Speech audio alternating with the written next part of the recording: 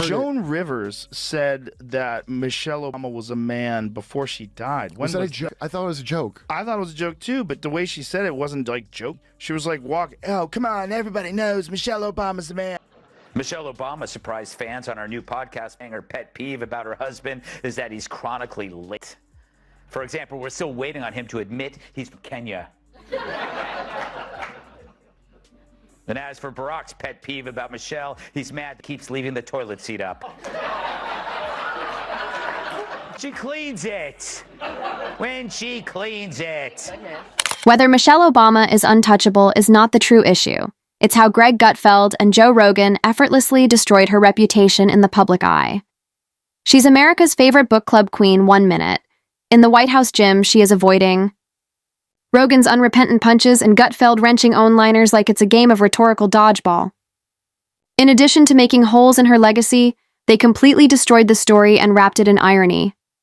What did they find that caused Michelle to become really quiet? Oh, this is messier than the uproar over her school meal program. Is calling out Oprah and Michelle Obama for hypocritical speeches at the DNC. Watch. She's talking about income inequality. Like, hey, lady. Yeah. You're rich as Like, how is that equal? And also, when Michelle Obama was saying, I think she was saying her mother or grandmother was always suspicious of people who took more than they needed. Yes. Like, you are worth so much money. Take more than they need. The Obamas have 4 mansions. I mean, it's a bunch of rich people talking. Michelle. Obama allegedly attempted to persuade a whole generation that quinoa mush and wilted spinach for school lunches were revolutionary. Mystery lentils and soggy greens are at the forefront of this gastronomic revolution. That isn't a medical plan. It's a taste bud war crime. Nevertheless, she strode out with her salad tongs as if she were carrying chickpeas to Normandy.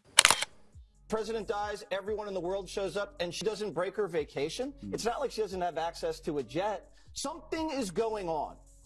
Let's speculate. Yes, please. It's surgery. Oh.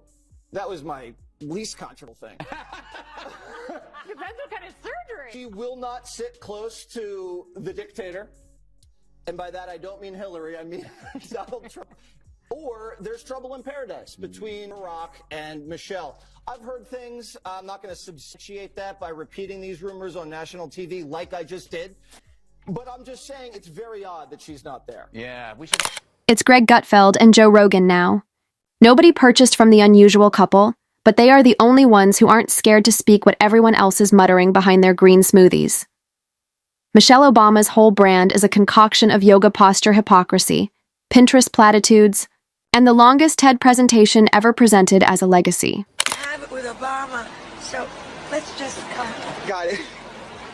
You know Michelle is a I'm sorry, she's a what?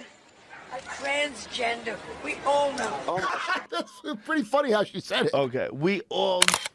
Let's clarify one issue.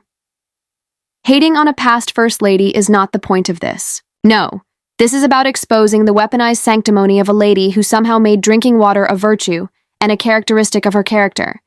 You would believe she created H2O herself. Meanwhile, the rest of us were only attempting to prevent our children from using the school cafeteria's illegal black market to exchange celery sticks for real food. Obama has openly admitted that she and Barack sleep in separate bedrooms. Here's how it works. She sleeps downstairs, and he likes men. A good political smorgasbord was something Greg Gutfeld never wanted to give up. Recounting the delicious irony of Michelle's health campaign as her own parties looked like Whole Foods erupted on a White House plate, she almost choked on laughter. Yes, organic, debatable, yet edible. Before someone calls the cops, you can only dress up so much that it beats hummus. Everybody having a good time. The country's almost back to normal before World War. COVID was just so strange. Lost a lot of people during COVID, and most of them are still alive. Yeah. Before COVID, I would have told you that vaccine, most important invention in human history. After COVID, I don't think we went to the moon. I think Michelle Obama's got. I think Pizzagate is real. I think there's direct energy weapons. Then there is Joe Rogan, a guy who used slapping holy cows in the udder to build an empire from podcasting. Michelle was, of course, the smug progressivism's golden calf, because to her well-manicured, Image. After showing off her biceps as if she were trying out for a Marvel film, the lady gives a speech on the perils of celebrating. In her paradise, eating a piece of pizza turns into a crime. What's the calorie count on self-righteousness? Rogan wondered. Furthermore, let's not even discuss her Netflix arrangements. Hold on, let's get started, please. There's nothing that says, I'm just like you. Like landing multi-million-dollar production agreements with the tact of a wrecking ball wrapped in money. With slow-motion footage of her sweeping through crowds like Moses dividing a sea of peasants, her documentary is really a spiritual trip into her own ego. Being the sardonic goblin of late night, Greg Gutfeld had no issue exposing Michelle's pretense of being focused. American men suck. Let me warn you, your rage does not exist in a vacuum. If we don't get the election right, your wife, your daughter, your mother, we as women will become collateral damage to your rage. To make these choices clear to the men that we love, our lives are worth more than their anger and disappointment. What's that powder sound I'm hearing in the background? That's the footsteps of Barack running to vote for Trump. Every time she appears in public, the lighting is more important than the reason. Motivational sludge permeates the lectures, which resemble a Tony Robbins session in a Whole Foods parking lot. Motivating? Yes. Beneficial? Not unless you want to use a Fitbit and monogrammed stationery to solve your life's problems. We haven't even brought up the fact that we go high line while they go low. That may be the most passive-aggressive political slogan ever. In other words, we are superior to you. To prove it, here's a bumper sticker. Michelle has sold moral. Superiority in hardback, effectively copyrighted it, and is now pitching the audiobook in 5 other languages. Put on Instagram, I believe, that Tim Dillon's video where he was saying that Michelle Obama should run for president. If she won, she could pull her cock out and China would give up. I was fucking, I couldn't breathe. Big mouth. Joe Rogan, meantime, was over there, lifting eyebrows like they were gym weights. Without ever providing any meaningful answers, he has remained dubious of Michelle's remarkable journey from first lady to self-help guru to cultural hero. For example, how did we go from campaigns to write in-depth philosophical articles on finding our voice?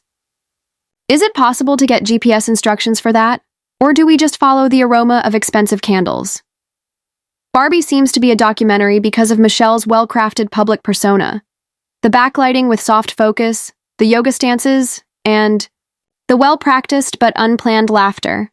It's like looking at an inspiring poster that is alive and well, in the middle of live, laugh, love, and eat more kale.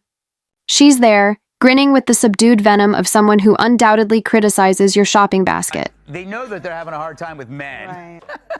Doesn't seem like this is the right strategy. No, She basically says that they're hurting men by voting for Trump. But I think they don't understand that where it comes from in the first place is that people are sick of being how bad they are and talked down to, and you know, the condescension doesn't work. None of what they're doing really works. Use the Walls AOC live stream of them playing Madden together was supposed to be to get like dudes who football on their side, and they did it during football.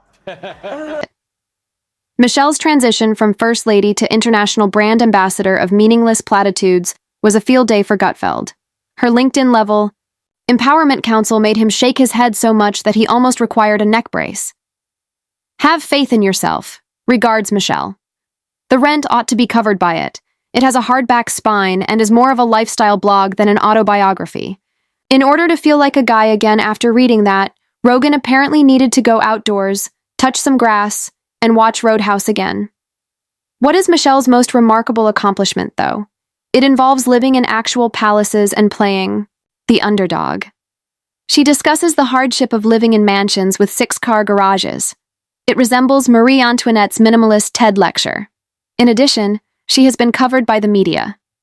In the face of patriarchal pollen, the woman's sneeze would be seen as a rebellious gesture of power. Gutfeld made fun of the media for portraying Michelle as a cross between Beyoncé and Gandhi. It's odd how unrelenting the wonderful publicity is. What is she concealing? A carbohydrate? Rogan made fun of Michelle's desire to teach Americans how to be healthy when the rest of us are still getting over the trauma of eating apple slices for lunch at school that taste like packing foam. You can't be a cultural savior after traumatizing kids with lentil loaf. Culinary gaslighting is what it is. Michelle Obama's greatest talent, let's face it, is creating the appearance of doing everything while saying nothing at all. Even if they run Michelle. According to a new poll, Michelle Obama isn't as strong a Democratic candidate against former President Donald as many Dems would have you believe. In a hypothetical matchup, my favorite kind, Trump wins with 47% of the vote compared to Michelle Obama's 44%. I guess some of the kids whose school lunches she ruined are finally old enough to vote. Remember that? All speeches consist of a word salad with a few meaningful croutons to make the audience feel as if they are eating something substantial. Rogan was left wondering if the actual meal was delivered backstage, most likely by Skylar, who was dressed in a gluten-free apron. Gutfeld took special pleasure in dispelling the notion of Michelle's ability to bring people together, as if the key to national cohesion is someone who polarizes people more than pineapple on pizza. Her brand emphasizes selected enlightenment over oneness. She is a beacon that only shines for those who share her beliefs and don't even make an effort to discuss her fitness objectives. More than the creator of stairs, this lady elevated lunges. Exercise somehow turned into a political issue. You contributed to the fat epidemic in the country if you didn't want to do planks in your living room, as she scowled at you from your TV. A donut sobbed itself to sleep someplace, according to a joke made by Gutfeld. Joe Rogan couldn't help but comment on how tired Michelle Obama's relentlessly uplifting demeanor. Live stream of them playing Madden together was supposed to be to get like dudes who like football on their side, and they did it during football. Like, who's consulting on this stuff? Yeah. It's a woman, probably. It's a gay man. Demeanor is. She is comparable to being forced to join a book club you did not sign up for in the human world. Every communication is an opportunity to learn, even if serenity and a cheeseburger were your only desires. Additionally, her podcast, yes, she has one, of course, consists essentially of therapy sessions for those who have never been told no. Gutfeld went on to say that it would only be accessible to those who complete her 12-week health challenge, which involves burpees, and would arrive in a bottle fashioned like a recycled globe.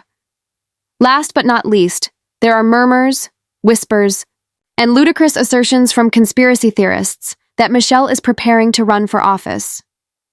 After lecturing America about living your truth, lunges and lunches, what comes next? Apparently, running the nation. What have we discovered then? Michelle Obama is the first lady of filtered authenticity, the empress of empowerment buzzwords, and the queen of controlled suffering. And because of Rogan and Gutfeld, the facade has been lifted, exposing a careful brand manager masquerading as a motivating guru rather than a monster or a genius. She has turned into a one-woman enterprise of sugar-coated smugness. Michelle would have 5 gold medals, a documentary about her journey, and a line of vegan protein bars called Authenticity Bites if branding were an Olympic event. And for some reason, no one is permitted to inquire as to what we are applauding.